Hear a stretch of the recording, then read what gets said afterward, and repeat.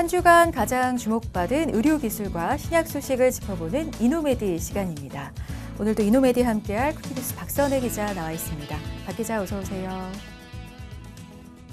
네, 안녕하세요. 쿠키뉴스 기자 박선혜입니다. 네, 반갑습니다. 자, 오늘은 어떤 내용 준비해 오셨을까요? 네, 디지털 기술의 발달로 임상시험도 변하고 있습니다.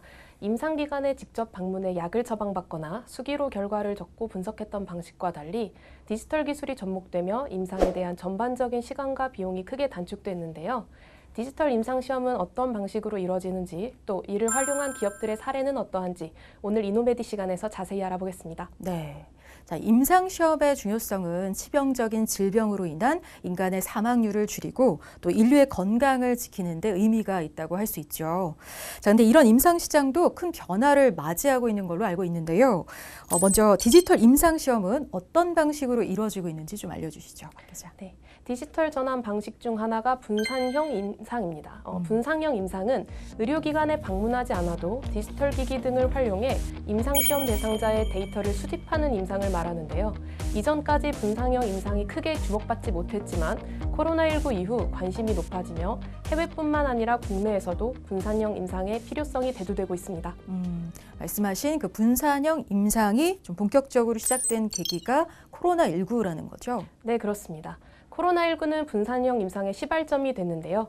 코로나19 확산을 막기 위해 도시가 통제되고 접촉이 줄어들며 일상생활의 요소가 비대면으로 전환됐고 임상시험도 그렇습니다. 임상시험은 인간의 생명과 밀접한 관련이 있는 만큼 그동안 보수적으로 변했지만 코로나19는 임상시험 방식의 디지털 전환을 가속하는 계기가 됐습니다. 의뢰사, 임상수탁기관 및 시험기관 등은 팬데믹으로 인한 병원 봉쇄로 임상시험이 중단될 위기에 처하거나 실제로 중단되자 임상시험을 유지하기 위해 시험기간에 집중돼 있던 정통적인 연구 방식을 탈피하고 분산형 임상시험을 도입했습니다. 네, 그럼 이런 전통적인 임상시험과 분산형 임상시험, 그 차이점은 어떤 게 있을까요? 전통적인 임상시험은 환자가 일정 주기로 시험기관에 방문해 생체 징후 등을 확인해야 하며 유병률이 매우 낮거나 일부 지역에 환자가 몰려있는 희귀 질환의 경우 병원이나 임상기관과 접근성이 떨어져 임상 환자를 모집하기 어렵습니다. 환자 모집이 어려워지면 신약 개발 성공률도 낮아지게 되는데요. 분산형 임상시험은 임상시험 관련 활동의 일부 또는 전부가 병원이 아닌 곳에서 이뤄지는 것을 말합니다. 특히 비대면 방식으로 진행해 환자가 시간과 공간의 제약 없이 임상 참여가 가능한데요. 또한 환자는 모바일 앱이나 웨어러블 기기로 직접 데이터를 전하고 임상기관에서는 실시간으로 수집되는 데이터를 통해 환자 임상 진행 상황을 통제할 수 있습니다. 그렇다면 이런 디지털 임상시험 동향은 어떨까요? 분산형 임상은 임상시험 디지털 전환의 가속화로 가파른 연평균 시장률을 보이고 있습니다. 글로벌 임상시험 솔루션 IT 기업 메디데이터에 따르면 글로벌 분산형 임상시험 시장 규모는 2020년 약 8,218억 원에서 매년 14.8%의 연평균 성장률로 2027년까지 약 2조 원에 이를 것으로 전망됩니다. 네. 근데 이런 디지털 임상시험을 국내에 적극적으로 활용하는 제약사가 있다고 들었거든요. 어떻게 활용하고 있는지 좀 알려주세요. 네. 유한양행은 알레르기 신약 후보물질 일상 임상시험에서 환자 대상 임상시험 전자설문지를 활용했고 중해제약 경우 통풍치료제 글로벌 3상 임상시험을 성공적으로 이끌어가기 위해 데이터 품질 진단 솔루션, 임상시험 전자설문지, 위해성 모니터링 솔루션 등을 적용했습니다. 이 외에도 한미약품, 현대약품, 메디톡스 등 다양한 기업들이 디지털 임상시험 방식을 적극 이용해 약물을 개발하고 있습니다.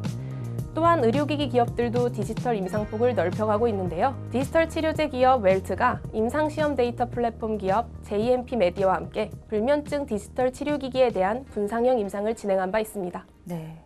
그리고 앞서 코로나19가 이런 분산형 임상의 어떤 시발점이 됐다고 설명해 주셨잖아요.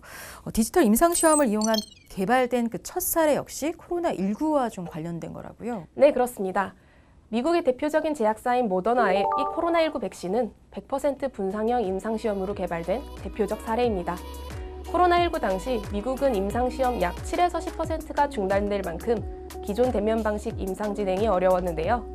이때 모더나는 임상 솔루션 기업인 메디데이터의 솔루션을 활용했습니다. 레이브 EDC, 이코아, 디텍트 등의 기술을 활용해 1년 이내에 전체 임상시험과 최종 허가까지 진행했습니다.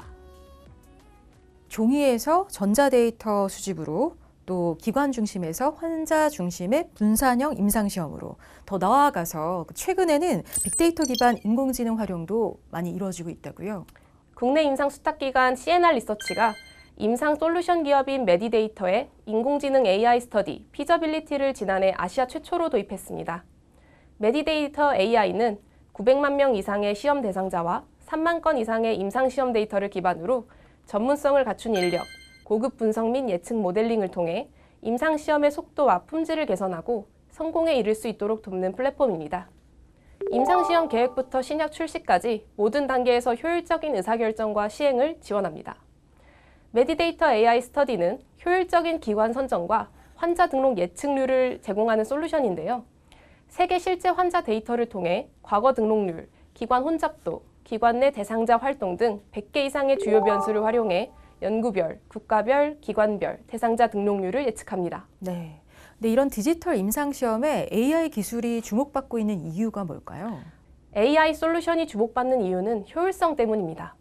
특히 AI 솔루션은 단순히 초기 물질 탐색 등에 소요되는 시간을 단축해 줄 뿐만 아니라 임상시험 과정에 있어 환자 모집의 어려움을 해결해 줍니다. 실제 보건산업진흥원의 보고서에 따르면 임상시험의 약 80%가 환자 모집 일정을 충족하지 못했고 임상 3상의 30%가 환자 모집에 어려움을 겪는 것으로 나타났습니다. 임상시험 설계 시에는 윤리적 문제나 환자의 희소성을 이유로 대조군을 형성하기 어려운 상황이 발생하는데 AI는 과거 임상시험 데이터를 활용해 임상 설계에 따른 적합한 환자 대조군을 찾아내주는 역할을 합니다.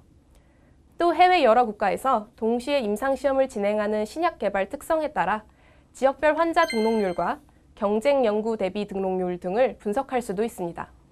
이때 연구자들은 환자 등록률이 떨어지면 원인을 찾아 분석하고 개선해 임상시험 진행 속도를 높입니다.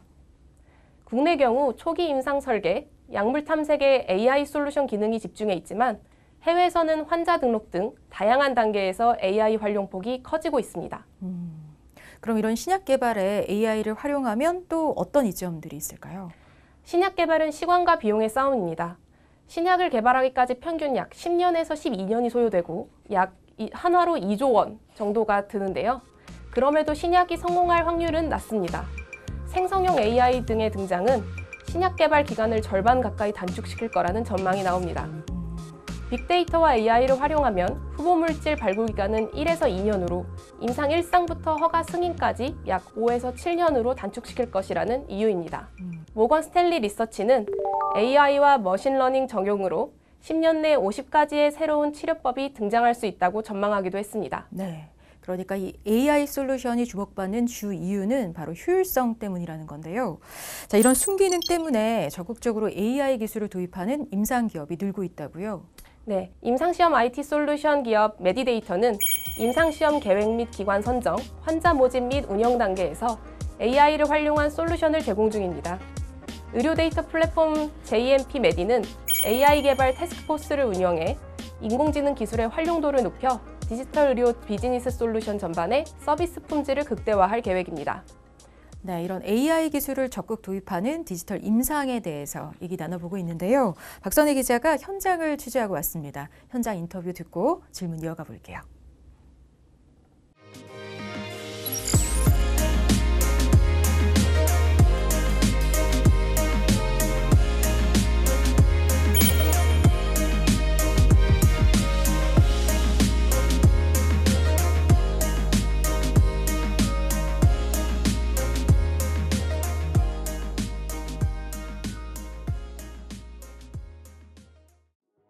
My name is Tom Doyle. I'm the Chief Technology Officer for Medidata.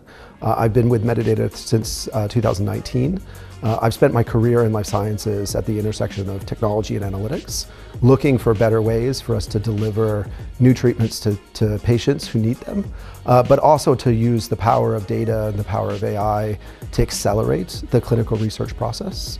Medidata for 25 years has been a leader in delivering clinical research software, software that helps the conduct of clinical trials, helps to collect and generate the evidence necessary to prove safety and efficacy of new treatments for patients.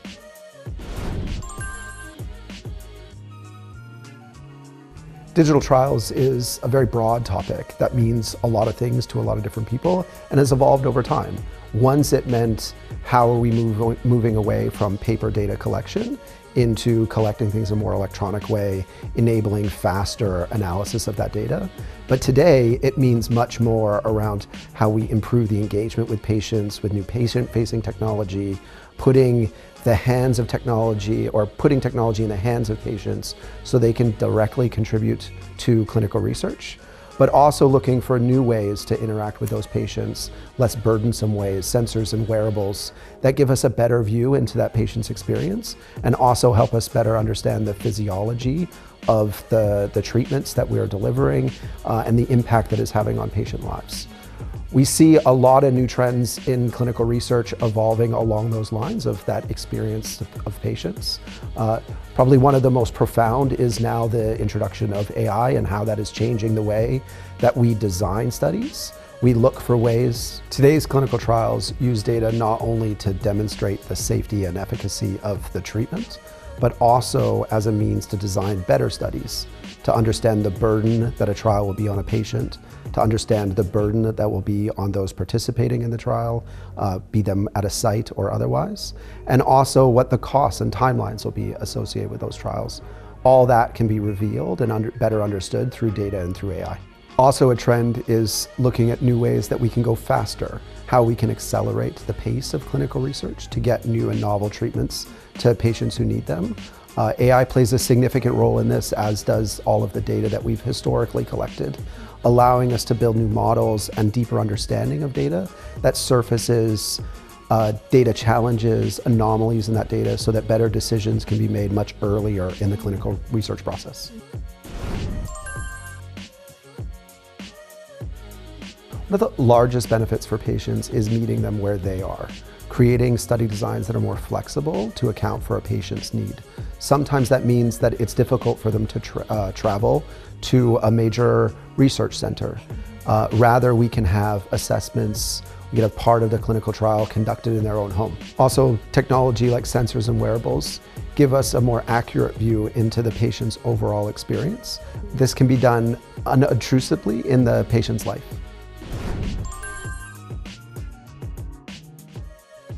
I think the key part of that is yet. In Korea, we already start from a position where the population, the citizens are quite comfortable with technology. It is a strong part of the industry, of the country's fabric. And so there's already a strong foundation to build on. If I look towards how we can continue to improve and even accelerate the pace of this adoption, one of the big areas will be these flexible regulatory frameworks that allow us to continue to bring innovation for the betterment of that patient experience and the betterment of patient outcomes, while protecting and ensuring the protection of patient safety and the quality of the clinical research that we're doing. The future of metadata continues to build on our past. It is about making trials more accessible to more people, making the data from that trials more accessible to more researchers, and developing a much deeper understanding into patient experience and the impacts that new treatments have on patient lives. So if I look forward to the next 25 years of innovation in clinical research, it will be more about unlocking that value, moving more towards the virtual twin, the understanding and the building deeper understandings of patients, being able to do more experimentation virtually before we ever have to engage a patient directly. And that ultimately will help us not just uncover new medications and new treatments, but also build much better patient experiences. And this is truly a global effort. This is something we do in countries all over the world as we seek to bring medications to all parts of the population, working very, very closely in public and private partnerships to build those regulatory frameworks, but also to continue to measure and understand the impact that we're having, the value we're creating, and that experience that we're delivering to our customers, and most importantly, to our patients. 이 한국의 제약 업계들도 기존의 방식만을 고수할 게 아니라 빠르게 변화하는 디지털 헬스케어 시장에 좀 발맞춰서 새로운 디지털 임상을 좀 도입하고 또 디지털 헬스케어 기술에 적응할 필요가 있어 보이는데요. 자, 국내에는 분산형 임상 어느 정도나 좀 도입되어 있을까요? 네, 국내 분산형 임상의 비율은 선진국에 비해 크게 낮습니다. 임상연구 동향 매체인 클리니컬 트라이얼 아레나는 지난해 12월 우리나라 분산형 임상 비율이 1.1%라고 발표했습니다.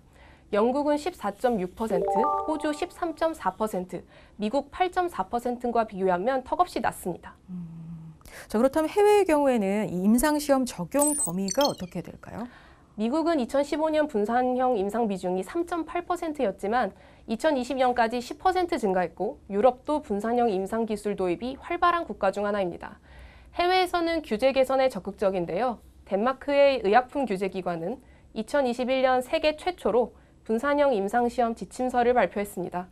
이후 미국 식품의약국에서도 같은 해 12월 분산형 임상에 대한 가이드라인을 제시했고요. 이어 유럽, 스웨덴, 스위스, 중국 등 다수의 국가에서도 제도 및 지침을 마련했습니다. 미국 FDA는 한 발 더 나아가 지난 3월 임상연구에서의 전자시스템, 전자기록 및 전자서명 지침을 발표했는데요. 전자기록과 전자서명을 종이 문서 기록 또는 수기서명과 동등한 것으로 허용한다는 뜻입니다.